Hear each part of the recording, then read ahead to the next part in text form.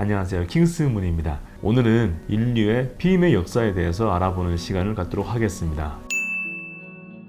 인류 최초의 피임에 대한 기록은 이집트 문명에서 발견되는데요. 무려 기원전 1825년의 문서 카훈 메디컬 파피루스에서 볼 수 있습니다. 약 4000년 전부터 인간은 피임을 고민했다는 이야기인데, 사람 사는 건 다 똑같고 해결하는 방법만 세련되어질 뿐이지 고민거리는 같다는 거죠. 어쨌든 이 파피루스에는 다양한 산부인과 질환에 대한 기록으로 가득한데요. 여기에 기록된 최초의 피임량은 뭘까요?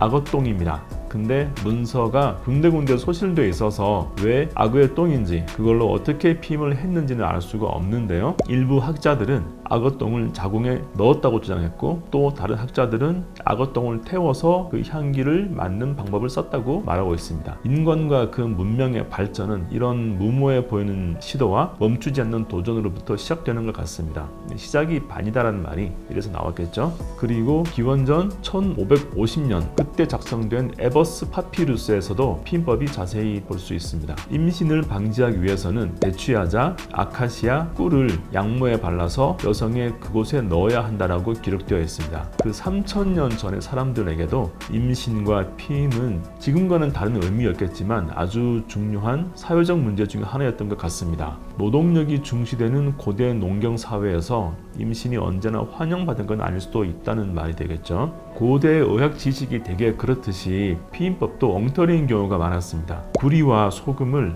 물에 녹여서 먹으면 1년 동안 임신이 안 된다는 엉터리 피임 방법도 고대 그리스에서 통용되었습니다. 그것도 의학의 아버지 히포크라테스의 주장이었습니다. 철학자 아리스토텔레스 역시 피임에 대해서 고견을 남긴 학자였습니다. 그는 여성이 사랑을 나누기 전에 삼나무 기름을 자궁에 바르도록 권장했고, 그건 오일의 미끄러움으로 인해서 임신이 힘들 것이라는 믿음 때문이었습니다. 물론 효과는 임신이 더 잘 되는 쪽이 아니었나 보여지네요. 위대한 의학자와 철학자들도 피임에 관해서만큼은 미신 내지 근거가 약한 가설을 믿었던 셈이죠. 시간이 아주 많이 지나고 과학과 문명이 어느 정도 발달한 10세기로 가봅니다. 당시 최고의 의술을 자랑하던 페르시아인들에게도 비슷한 피임법이 전해지는데요. 의사 무하마드 이븐 자카리아 알라지는 코끼리똥, 양배추 등을 조합해서 자궁에 넣으면 임신을 막을 수 있다고 썼는데요.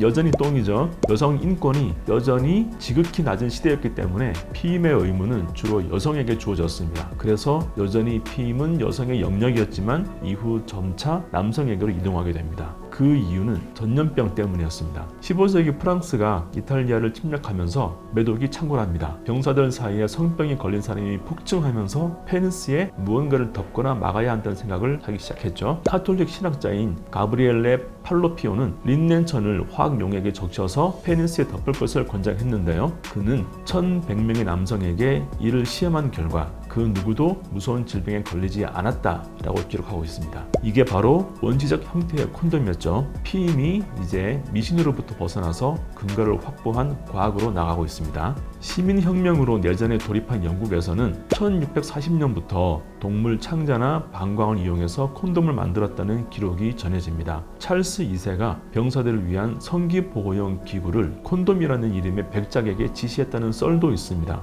역사학자들은 이를 두고서 전혀 확인되지 않은 이야기라고 말합니다. 콘돔이라는 이름 자체가 그 이전부터 종종 등장했기 때문이라고 하네요. 그 후 전쟁은 콘돔 사용이 급속히 늘어나는 촉매가 됩니다. 18세기 유럽에서 잇따라 전쟁이 터졌는데 오스트리아 왕위 계승 전쟁, 7년 전쟁, 프랑스 혁명까지 잇따라 터집니다. 전쟁은 군인에게도 일반인에게도 큰 재앙을 일으키죠. 군인들은 전장에서도 자신의 성욕을 풀었고 성병이 크게 번집니다. 지휘부에서 비전투적인 요인으로 인한 전투력 손실을 막기 위해서 콘돔 보급을 적극적으로 검토할 수밖에 없는 배경이었겠죠. 이후 유럽 전역의 펍, 이발소, 약국, 노천 극장 등에서 콘돔이 판매됩니다. 물론 이때 역시 관심은 성병으로부터의 자기 보호였지 여성을 위한 피임은 아니었지만, 그래도 콘돔을 피임용으로 사용했다고 전해지는 최초의 인물이 나타납니다. 유명인이죠. 카사노바입니다. 그는 구멍이 났는지 확인하기 위해서 콘돔에 바람을 넣어봤을 정도로 철저했다고 하네요. 그 사람 역시 피임을 여성을 위해서라기보다는 자신의 활동을 안전하게 지속적으로 이어가기 위한 장비로서 사용하지 않았을까 생각이 됩니다. 아마도 귀족용 최고급 프리미엄 콘돔을 썼겠죠. 어느 시기부터 남성을 위한 피임이 아니라 여성을 위한 피임이 좀 더 강조되고 연구되었는지 궁금한데 나중에 다시 한번 찾아보도록 하겠습니다. 한편 1839년에 피임의 역사에 한 획이 그어집니다.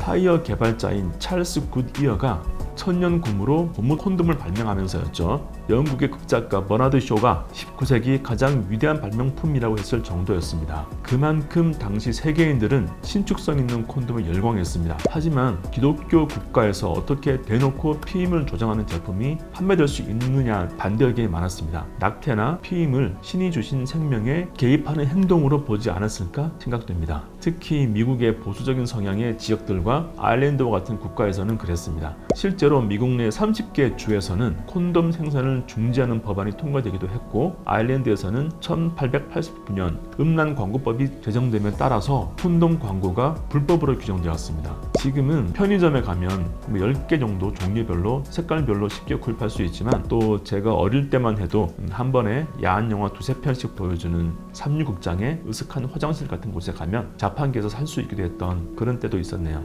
피임의 역사에 대해서 간단하게 재밌는 몇몇 사건들을 정리해 봤는데요. 이렇듯 인류는 늘 피임을 해왔습니다. 사랑의 자연스러운 결과인 임신을 필요에 따라 조절하기 위해서 최선을 다해왔음을 피임의 역사가 증명하고 있는데요. 역사학자 앵거스 맥러렌은 이렇게 말했습니다. 역사적으로 피임은 가부장 문화 속에서 여성들이 자신의 생식 능력을 좌우하려는 노력의 하나로 지속되어 왔다. 어쩌면 우리 사회가 새겨들어야 할 고견일지도 모르겠습니다. 피임은 여성의 몸을 위해서도 남성과 가정을 위해서도 사회를 위해서도 아주 중요하고 지금처럼 역사가 아니라 실제적인 내용이 요약되고 알고 있어야 합니다. 다음에는 임신과 피임의 실제적인 메커니즘과 방법을 알아보는 것도 좋을 것 같으니까 한번 준비해 보도록 하겠습니다. 대한민국의 올바르고 건강한 성문화가 정착되길 바라며 계속 고민하고 연구하겠습니다. 지금까지 킹스문이었습니다.